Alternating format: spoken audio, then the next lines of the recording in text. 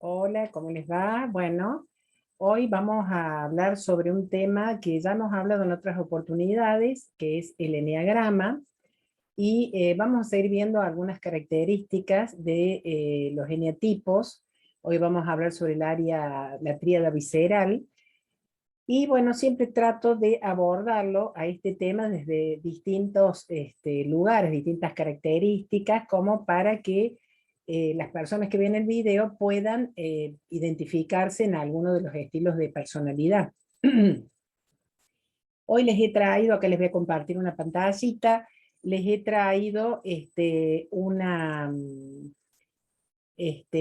vamos a hablar sobre lo que es las características de los eneatipos de la tríada visceral desde el ego y desde la esencia. Primero vamos a hablar un poquito qué es el ego y qué es la esencia. El ego, personalidad o máscara social o yo falso, es aquel que se construye a lo largo de la vida, digamos, pero sobre todo en la primera infancia, en el periodo de socialización, primero con las personas significativas como papá y mamá, que nos van indicando qué está bien, qué está mal, qué es lo correcto, qué es lo incorrecto, es decir, que hay mayor aceptación o menor aceptación de nuestra forma de ser, y por una necesidad de tener nosotros continuo de amor, como todos mamíferos necesitamos ser contenidos, protegidos, sobre todo en los primeros años de vida, cuando somos bebés, que no somos autoválidos, para pertenecer a la manada, digamos, al lugar donde nosotros vivimos y estamos, y para tener un sentido de yo, ¿no es cierto?, de un sentido del ser. Entonces se va construyendo, según dice la neurociencia, una serie de redes neuronales que nos conducen a patrones psicológicos de forma de pensar, sentir y actuar que actúan en forma automática. Entonces, desde el eneagrama, a través de toda su dinámica interna y después de identificarnos con algún estilo de personalidad predominante, nos da toda una dinámica interna que tiene que ver con las alas, que son los eneatipos que están al costado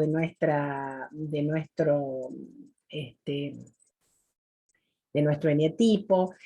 También tiene que ver con las líneas de crecimiento, las flechas que llamamos cuando estamos más centrados y más descentrados, y activando nuestro observador consciente podemos ir tomando características de los otros estilos de personalidad que nos van a conducir a nuestro verdadero yo o nuestra verdadera esencia, es decir, lo que verdaderamente solo somos y que hemos perdido en este periodo de socialización.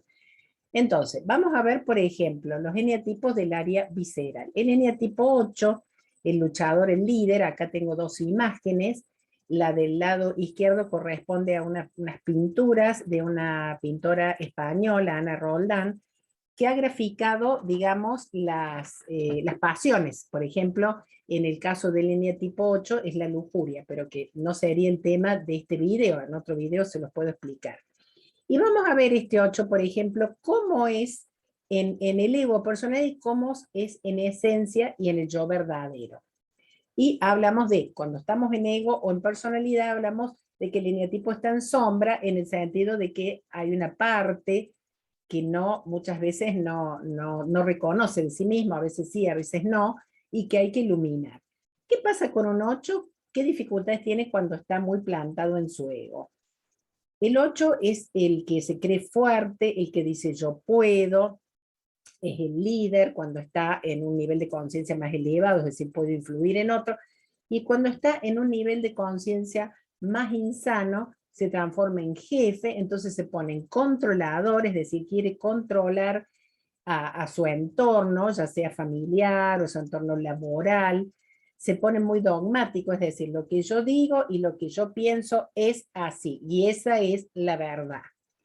Son agresivos, es decir, tienen problemas estos tres eneatipos de la tríada visceral, tienen todo un tema con la pasión, con la emoción que es la ira o el enojo. En el caso del 8 es bien manifiesta cuando está parantado en su ego. Entonces puede ser prepotente, dice las cosas de mala manera, agresivamente, en vez de decirlas asertivamente, y puede ser muy destructivo, porque es tan franco y tan sincero y tan duro con lo que dice, que puede llegar a destruir a una persona que sea más vulnerable. Hay un dicho que dicen que los 8 dicen están conmigo o en contra mío, porque tiene mucho miedo a que lo traicionen. Entonces, en muchos casos que cree ser traicionado, que a lo mejor es real o no, se puede poner vengativo. Es decir, la ventaja que tiene el 8, que es una venganza que una vez cumplida ya está, ya se olvida, a diferencia de otros genotipos, como por ejemplo el 4, que puede ser vengativo, pero ya le queda como rumiando, queda más, más dándole vuelta. El 8 es como que hace lo que tiene que hacer y como que se olvida. Y también se convierte en una persona impositiva, avasalladora, prepotente, muchas veces desmedido en el sentido de que en pos de que muchas veces quiere proteger a las personas de su entorno, a aquellas personas que las ven más vulnerables, más desprotegidas, a veces puede aplicar un tipo de justicia, un tipo de verdad que es la que él tiene, y ser desmedido en eso, en la forma de hacerlo, en la forma de tratar a otro, en la forma de venganza hacia el otro, etc. ¿Qué pasa con el 8 cuando está centrado? Es decir, cuando finalmente salió su piloto automático, pudo observar esto, en vez, ¿qué pasa? Pasa a ser una persona fuerte y en vez de ser rebelde, ¿no es cierto? Es una persona razonable, es una persona justa, equilibrada, se transforma, en vez de ser autoritario y dominante, es franco, directo y asertivo, es decir, tiene en cuenta las necesidades propias y las necesidades de los demás, tiene más empatía, en vez de ser dogmático, es más flexible, es activo, en vez de ser agresivo, es resuelto, pero digamos, resuelto, sabe, es una persona que sabe poner límites, los pone asertivamente, a diferencia de cuando está en el ego, que los pone más duramente y más agresivamente, dice que no de una forma rotunda y a veces muy dolorosa. En vez de ser jefe, se transforma en un líder, es decir, puede inspirar con su comportamiento, con lo que hace, puede inspirar a otros. Es una persona que es perseverante, es protector, es decir, esto que yo les decía de que protege mucho a las personas, que, sobre todo las personas en su entorno, las personas que ve como que son más vulnerables, las protege, pero de un modo más, ¿cómo les podría decir? Empático, y no hace una justicia por mano propia, por su verdad, sino que trata de ser más justo con lo que le corresponde. Y es una persona segura de sí misma. Y como es segura de sí misma, no necesita controlar, no es avasallador ni prepotente. Uno la ve como una persona fuerte, pero como una persona que se planta desde la verdad, de la sinceridad y desde la asertividad. O sea que ustedes vean acá que hay mucha diferencia entre lo que es el ego y la luz. Ahora bien, ustedes me dirán, ¿es tan marcado esto? No, no es tan marcado. En realidad esto está dicho así de este modo porque es algo más didáctico, pero el 8 puede oscilar, todos los genotipos podemos oscilar aún dentro del mismo día, entre un nivel de conciencia más elevado, digamos, más en luz, y uno más, un nivel de conciencia más descentrado, digamos, y más en sombra. La diferencia de haber tomado conciencia y de haber hecho todo un trabajo personal es que nos damos cuenta de que nos hemos ido a esta parte en sombra y podemos corregirla. Pero generalmente hay un poco de todo en nosotros, ¿no? Porque el ego personalidad nosotros no la podemos eliminar. Tenemos que tratar de que sea nuestro copiloto, pero no quien dirija nuestra vida. Nuestra vida la tiene que dirigir nuestra esencia. Y bueno, el ego de la personalidad lo vamos a usar en un montón de situaciones que son necesarias para sobrevivir en este mundo.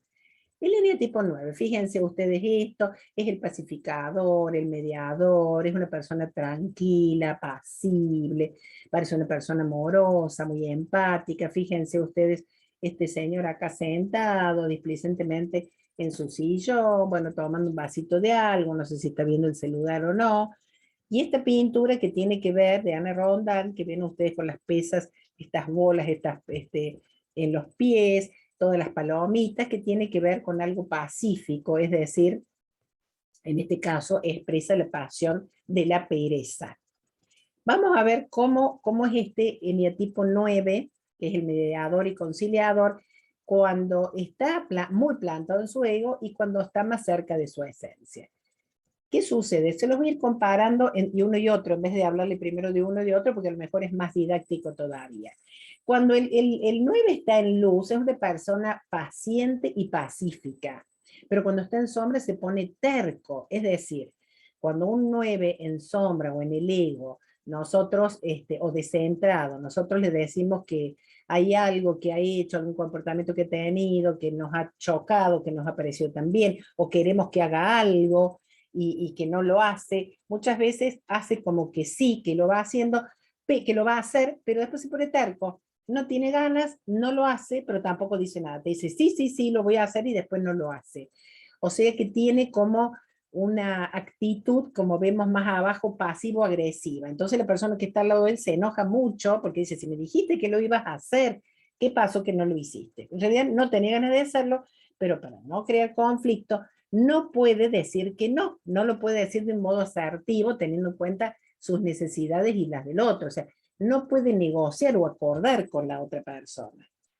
En sombra muchas veces es tímido, es muy retraído, parece indolente e insensible porque trata de que no expresar demasiadas emociones que pueda, por supuesto la ira la tiene oculta, para pasar desapercibido, para que nadie se enoje, para que no crea ningún tipo de conflicto. Entonces muchas veces se lo ve como negligente, como olvidadizo, como que no está presente, parece como apático, indolente, uno le dice las cosas y parece que uno dice no le entra ni media bala a este hombre, porque al no querer crear ningún tipo de conflicto, en realidad se retira y a lo mejor mentalmente está rumiando sobre ese conflicto que puede ser real o no, pero como no puede poner un límite, le cuesta decir que no, entonces se pone así como que no te dice nada, digamos, ¿no? Parece esa cara de nada. Dicen que es perezoso, pero no perezoso desde el punto de vista laboral, es una persona que puede ser muy trabajadora, pero perezoso en el ser, en su forma de ser. Entonces deja que los otros decidan por él, que deja sus necesidades a un costado y prevalecen las necesidades de los otros, no sabe poner límites, por eso se lo ve como perezoso, es rutinario, suele en esta cuestión, digamos, suele en esta cuestión de ser perezoso, tranquilo, en sombra puede ponerse a actividades rutinarias como ponerse a ver televisión, así como un autómata, o ponerse con un videojuego, o hacer cualquier tipo de tarea rutinaria y perderse en eso, ¿no? Para distraerse, digamos. Bueno, lo pasivo-agresivo, lo hemos dicho, y entonces parece hacia afuera abstraído de la realidad. Y realmente en parte está abstraído de la realidad, porque como no quiere molestar, no quiere tener un perfil bajo, como que nadie lo note. En cambio, cuando está en luz, ¿qué pasa? Se pone más receptivo hacia el otro, es decir, cuando el otro le pide que haga algo, si lo puede hacer, lo hace, y si no lo puede hacer, tiene la capacidad de decir asertivamente, no, no lo puedo hacer, por tales y cuales motivos, y puede negociar con el otro, decir, bueno, no te puedo hacer esto, pero ¿en qué te puedo ayudar? ¿Qué otra cosa puedo hacer? Es más diplomático, en vez de ser indolente, es diplomático, es decir, que puede escuchar una parte y otra parte, y puede mediar entre ambas, es una persona amable, conciliadora y mediadora, se pone comprensivo, es más armónico y sereno, no se lo ve así tan terco, tan apático, equilibrado, confiable, bondadoso y modesto. Por supuesto, vuelvo a decir que en estos casos, digamos, hay características de ambos, no es que sea totalmente el ego, totalmente en esencia. Y finalmente vamos al tipo 1, que es el ordenador o el reformador. Fíjense ustedes como perfeccionista, le dicen también. Ustedes fíjense acá la chiquita esta con la regla, tratando de medir milimétricamente esto que está haciendo, que está dibujando, buscando el detalle. Y bueno, acá tenemos la imagen de la pintura de Ana Roldán, que habla de la pasión de la ira del uno, Y también el tema de la justicia, pero a diferencia del 8, que ve la justicia propia, digamos, de su propia verdad, el 1 tiene que ver con lo que es correcto o incorrecto, con lo que está bien y está mal, con lo que, más en ese sentido, más como una cuestión moral, ética y moral. Vamos a ver qué pasa con este eneatipo cuando está en la personalidad o ego y cuando está en esencia. Es un juzgador crítico de sí mismo y de los otros. ¿Por qué un juzgador crítico? Porque ve los errores propios y los ajenos. Muchas veces el modo formal de hacer las cosas le hace perder el fondo, o sea, el contenido de lo que es realmente importante hacer. También, como el caso del 8 es controlador, pero a diferencia del 8, este controla si, por ejemplo, en un equipo de trabajo o aún en la familia, controla si el otro ha hecho la tarea correctamente, en el orden que tiene que ser, si no hay ningún error, controla desde ese lugar. Y muchas veces se llena de muchas tareas porque las personas dicen, pero no, mira, yo te dije que lo hicieras así, no lo hiciste, entonces, bueno, hacelo vos, te le dice el otro, y él agarra y lo hace, ¿no? Porque no hay otra persona mejor que él para hacerla.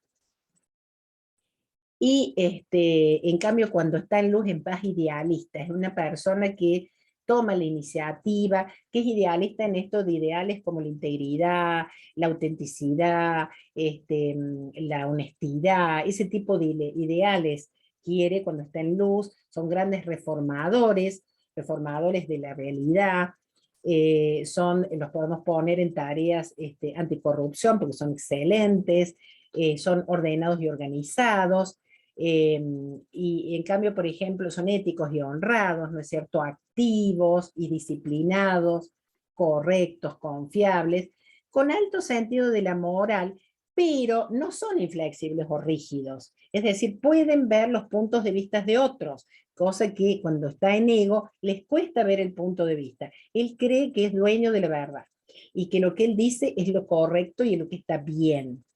Tienen alto sentido de la moral y son autodisciplinados. En cambio, fíjense ustedes que cuando están en el ego de personalidad, sobreexigidos porque se exigen mucho la perfección y no les gusta, a veces se critican mucho cuando ven lo que han hecho o el comportamiento que han tenido, se ponen muy perfeccionistas y meticulosos, bueno, controladores, como dijimos, autoexigentes, muy dogmáticos y a veces hipócritas. ¿Por qué viene acá este dicho? Bueno, son tipo genio y figura hasta la sepultura, pero son hipócritas porque a veces haz lo que yo digo, pero no lo que yo hago, ¿no? A veces, muchas veces, los genietipo 1 suelen ser personas que quieren ser ejemplo de los otros en cuanto a cuestiones moralistas, y a veces a lo mejor lo retan a sus hijos porque beben, y a lo mejor ellos beben más que los hijos, pero se lo señalan al otro, o cometen algún tipo de actitudes que no son según sus creencias tan morales, pero bueno, quieren mostrar ellos de que sí, que son éticos y que son morales y que hacen lo correcto. Bueno, espero que les haya gustado esto que les he traído hoy, más o menos a grandes rasgos, cuáles son las diferencias de estos 3 eneatipos o estilos de personalidad de la tríada visceral cuando están plantados en el ego y cuando están plantados en la esencia. Acuérdense ustedes que siempre hay una interacción entre estos dos aspectos, o sea que somos un poco de todo. Y bueno, espero que les haya gustado, que les sirva. Si alguno se ha identificado y quiere hacerme alguna pregunta, lo puede hacer debajo del video o a través de mis redes, Instagram y Facebook. En Facebook figuro como Ana Aventin Coach y en Instagram como Aventin Ana Coach. Y bueno, si les gusta, les pido por favor que me pongan un me gusta en el margen inferior izquierdo. El que no se ha suscrito, los invito a suscribirse porque siempre subo contenido. Y bueno, si ustedes conozcan a alguna persona que les pueda ser de utilidad, los invito a que lo compartan. Bueno, les agradezco por escucharme y bueno, espero que les haya gustado y sobre todo que les sirva como un recurso importante para mejorar la calidad de vida. Bueno, nos vemos en la próxima. Chau, chau.